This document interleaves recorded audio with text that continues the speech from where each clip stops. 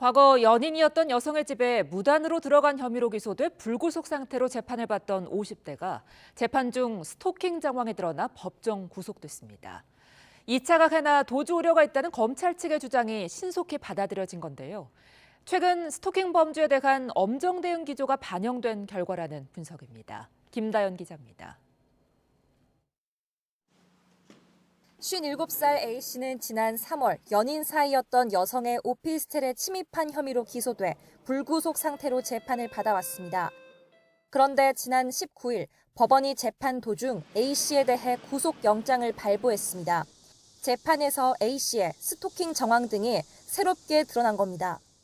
재판에 증인으로 출석한 피해자는 A씨가 2년 동안 여러 차례 만남을 강요하고 마음에 들지 않으면 폭행했다고 진술했습니다. 수시로 찾아오거나 전화를 하기도 했으며 재판에 넘겨진 뒤엔 자신의 목을 조르기도 해 다시는 A씨와 마주치지 않기를 바란다며 엄벌을 요구했습니다. 법정에서는 A씨가 피해자에게 보낸 문자 메시지까지 공개됐고 검찰은 이를 토대로 사건을 단순히 주거 침입으로 봐선 안 된다고 주장했습니다. 법원도 도주나 2차 가해 우려, 재범의 위험성 등이 있다는 검찰 측 의견을 받아들여 그 자리에서 바로 구속영장을 발부했습니다. 선고를 한 달이나 앞두고 재판 중에 이뤄진 A씨에 대한 법정 구속을 두고 이례적이란 평가가 나옵니다. 실제로 YTN이 최근 2달 동안 내려진 스토킹과 주거침입 관련 사건 판결을 분석한 결과 피고인 80%는 집행유예를 선고받았습니다. 전주환 사건 이후 스토킹에 대한 사회적 경각심이 영향을 미친 거로 풀이됩니다.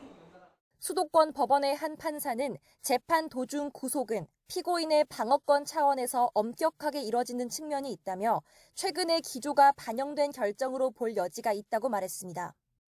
검찰은 공소유지 과정에서 알게 된 정황을 바탕으로 주거 침입이 스토킹의 일환이란 점을 강하게 피력한 결과라고 설명했습니다.